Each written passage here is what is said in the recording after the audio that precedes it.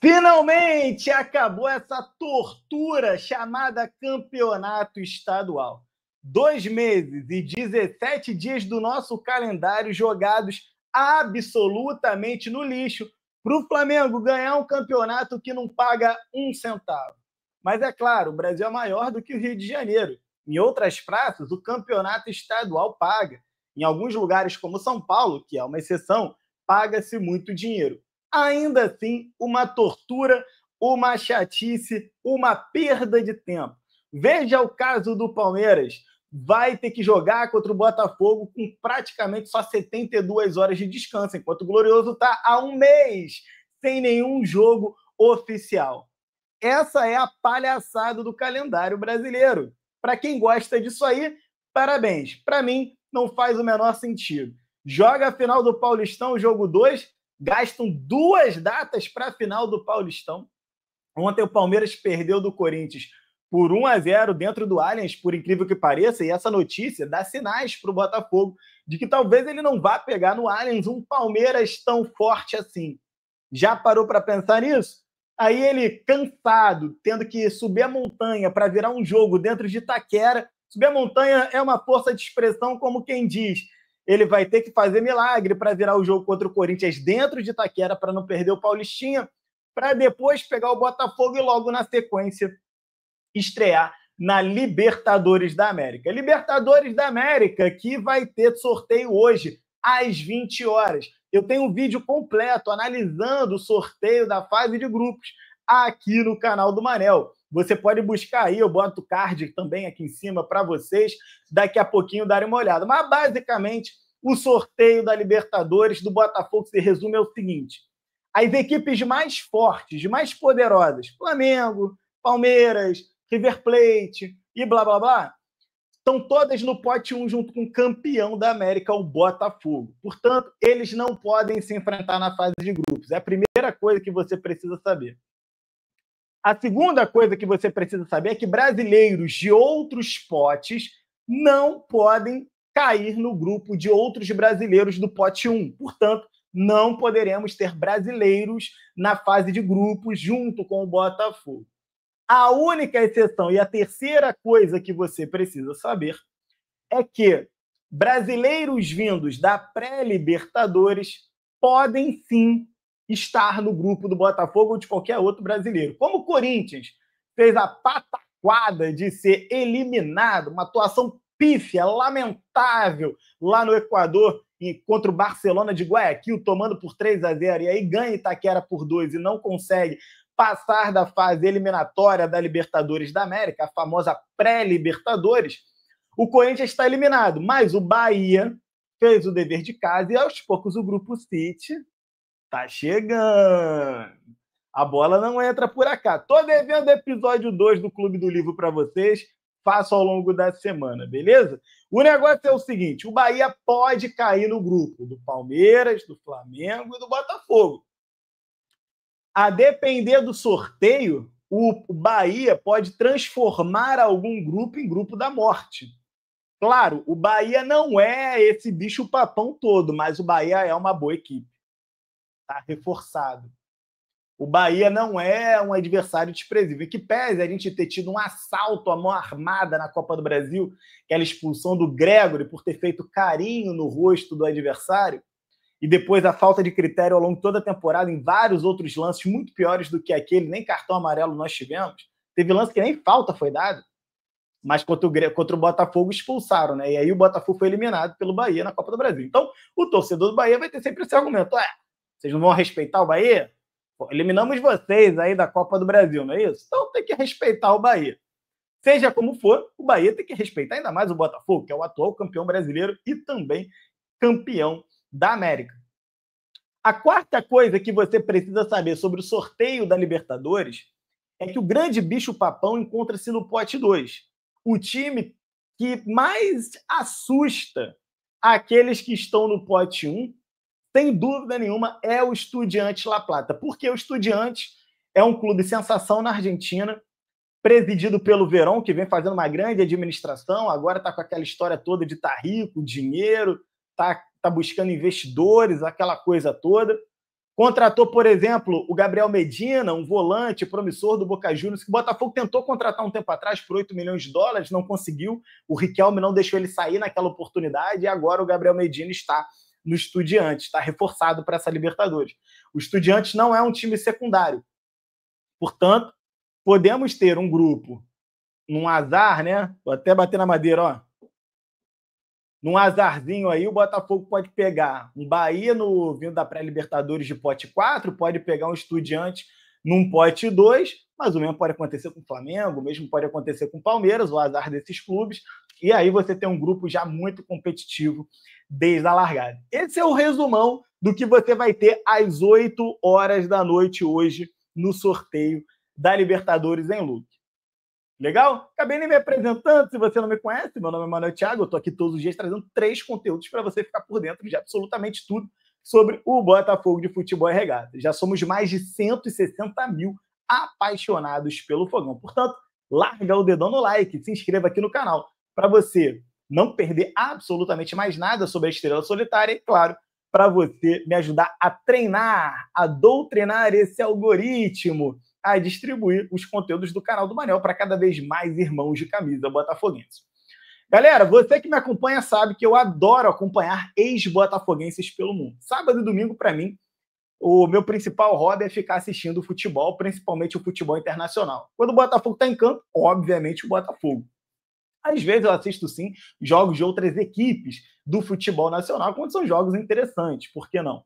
Agora, futebol internacional, sem dúvida nenhuma. Ontem nós tivemos grandes jogos. Tivemos Celtic e Rangers, por exemplo, o 3-2 o Rangers, o Celtic, porra, perdendo a hegemonia lá na Escócia, mas a grande notícia foram os brasileiros, ex-botafoguenses, que se destacaram em ligas europeias. Eu quero mostrar algumas dessas atuações para vocês aqui. Vou falar um pouquinho do Almada, do Luiz Henrique. O outro Luiz Henrique, aquele do Olympique de Marseille, está jogando muito bem. Até o Matheus Nascimento, lá na MLS, nos Estados Unidos, estreou. E tivemos também, eu quero fazer aqui a menção honrosa ao Newcastle, que venceu a Copa da Liga sobre o Liverpool por 2-1, encerrando um dos maiores jejuns da história do futebol mundial.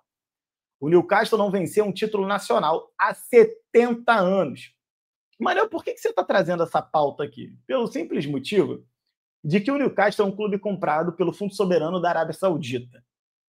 E a gente aqui tem um olhar diferente sobre as coisas. Já falei isso para vocês várias vezes. O canal do Manel é o canal para você olhar sob um ângulo diferente o futebol.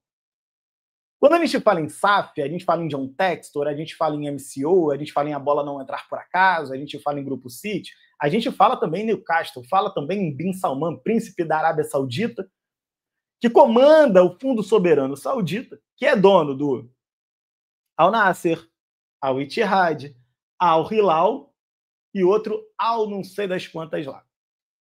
Portanto, é muito curioso ver que o projeto da Arábia Saudita começa a apresentar resultados. Em algum momento eles vão chegar no Brasil. Eu não sei se comprando o Vasco, que é a bola da vez, ou qualquer outro clube brasileiro. Esse é o primeiro título da Arábia Saudita dentro da Inglaterra, que é o principal, é a meca do futebol atual, né? A Premier League é a meca do futebol atual, você não tenha dúvida em relação a isso. É lá onde estão os melhores jogadores, é lá onde estão os clubes mais ricos, os clubes mais poderosos e blá, blá, blá. E que pede você ter grandes clubes fora, como o Real Madrid, o próprio PSG, que eliminou o Liverpool, jogando muitíssimo bem dentro e fora de casa, né? A classificação do PSG teria sido ainda mais sensacional, mais impactante, se não fosse a belíssima histórica atuação do Alisson na Europa Champions League. E falando nisso, posso até compartilhar a tela aqui com vocês. O PSG ontem enfrentou o Luiz Henrique, aquele ex-Botafogo que tem 11 gols, 11 participações diretas em gols, né? Gols e assistências são 11, é um dos melhores brasileiros em atividade na Europa hoje. E eu lembro que o torcedor do Botafogo não queria de jeito nenhum que o John Textor, naquela oportunidade, efetivasse, convertesse um empréstimo numa compra, né? Eu lembro bem disso. Eu era um dos que falava, acho que 50 milhões não vale. Queimamos a nossa língua. O moleque tá jogando bola para um cacete. Absurdo que esse moleque tá jogando bola. Joga muito futebol. Então, muito legal isso daí. Ontem o PSG e o Marseille se enfrentaram. Lá teve até show no estádio, lá eles chamam de Le Classique, não é isso? Chamam de Le Classique, bem legal. Enfim, mas o PSG ganhou por 3-1, consolidou aí uma diferença de de exatamente 19 pontos de vantagem, e assim dificilmente o PSG, que tem 0 derrotas no campeonato francês, vai perder o campeonato francês. A chance remota era o Olympique vencer, diminuir a diferença de 16 para 13 pontos e começar uma remontada histórica, coisa que dificilmente vai acontecer. O Lyon, por sua vez, teve o primeiro gol da história do Thiago Almada pelo Lyon, né? O Thiago Almada marca pela primeira vez com a camisa do Lyon. Um jogo muito doido. O Lyon, que está aqui na 5ª posição, portanto, pegando, deixa eu confirmar aqui para vocês, fase de grupos da Liga Europa. Para ele poder se classificar para a Champions League, o Lyon vai ter que vir para a 4ª posição, onde está o Nice. Apenas 2 pontos separam Lyon e Nice. Portanto, dá para o Lyon chegar lá. E como 2 pontos também separam o Lyon do Mônaco, dá até para ele ir para a fase de grupo direto. Depende dele continuar nessa boa fase que vive o time do Paulo Fonseca. Ontem ele enfrentou o Le Havre, que é um time que está lutando para não cair. E por incrível que pareça, fez 1-0, tomou 2-1 e aí teve que subir a montanha para poder virar para um 4-2. Uma atuação primorosa do Thiago Almada. Muita gente não gosta dessa pauta e fica, o que você está falando aí da Almada? Já foi, supera. Irmão, eu sou Botafogo, mas antes de mais nada, eu sou apaixonado pelo futebol. O Thiago Almada é um dos caras que vai ser protagonista nos palcos, nos grandes palcos do futebol mundial pelos próximos anos. A gente ter visto o Almada jogar no Botafogo foi uma sorte absurda. Uma daquelas coisas, cara, que a gente vai se lembrar pro resto da vida. Eu vou acompanhar a carreira do Almada. Como que eu não vou acompanhar? O cara é craque, pô. Lógico que eu vou acompanhar. E não se esqueça, o Almada, ele é jogador do Botafogo. Ele está sob contrato de empréstimo, ele tem data para voltar. Mas eles vão renovar e blá, blá. Não interessa o que vai acontecer, irmão. Fato é que o Almada é jogador do Botafogo. Então a gente tem interesse em olhar os jogadores do Botafogo. Falando em jogador do Botafogo sob contrato de empréstimo, ontem foi o dia da estreia desse aqui, ó. Matheus Nascimento estreou pelo Los Angeles Galaxy contra o Portland Timbers da MLS. Jogou 17 minutos e teve, sim, uma atuação muito discreta, não foi que estreou fazendo gols e coisas do tipo, não. É o mesmo time do Gabriel Peck, ex-Vasco da Gama. O Inter Miami lidera a Conferência Leste da MLS, né? Lá são 30 clubes, e o Los Angeles Galaxy faz parte aqui da Conferência Oeste. O Los Angeles Galaxy é o pior time da Conferência Oeste. Ele tem 3 derrotas e 1 empate. Então, quando você fala assim, o Matheus Nascimento também não joga nada, mas calma lá. O Los Angeles Galaxy não está oferecendo para ele também um time para ele ser competitivo. Lá ele vai ter que lutar muito para conseguir se destacar, porque o time é horroroso. O Gabriel Peck é a mesma coisa. Legal? Bom, vamos falar aqui do Thiago Almada, cara. O Thiago Almada eu já te falei, na verdade, né? O Thiago Almada, ele fez lá o golzinho dele e tá tudo bem. Quem ontem também fez o seu primeiro gol com a camisa de um novo clube é o Luiz Henrique. Esse não é mais jogador do Botafogo, mas é o atual rei da América, craque, eleito melhor da competição do principal título da história do Botafogo e que começa a sua jornada na Rússia. Ontem, o Zenit perdeu de 2-1 do Spartak Moscou e com isso perdeu a vice-liderança. Porém, o Zenit, ainda assim, o Luiz Henrique fez seu primeiro gol e foi um senhor golaço. Apenas 3 pontos separam o Zenit da liderança do Krasnodar, que é o time do Vitor Sá, ex-Botafogo. Então tá cheio de ex-botafoguense pelo mundo. Dá muito para o Zenit buscar esse título ali. Luiz Henrique, a tendência é que ele comece a subir de produção e com isso o time do Zenit se torne cada vez mais competitivo. Bom, eu estou sempre torcendo para esses caras que passaram pelo Botafogo, sem dúvida nenhuma, continuarem brilhando nas suas carreiras e, quem sabe, um dia até voltar para o Botafogo. Ontem, o Fábio Matias, ex-auxiliar técnico do Botafogo, recebeu a medalha da Libertadores.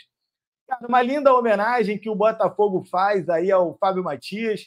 Fiquei muito feliz com esse posicionamento da diretoria. Demorou muito essa medalha ter chegado até ele. Acho que dava para fazer essa medalha ter chegado antes, por não ter marcado uma cerimoniazinha em General Severiano, né? Qualquer coisa do tipo, pô, convidado o cara para vir aqui receber, fazer umas fotos bonitas e tal.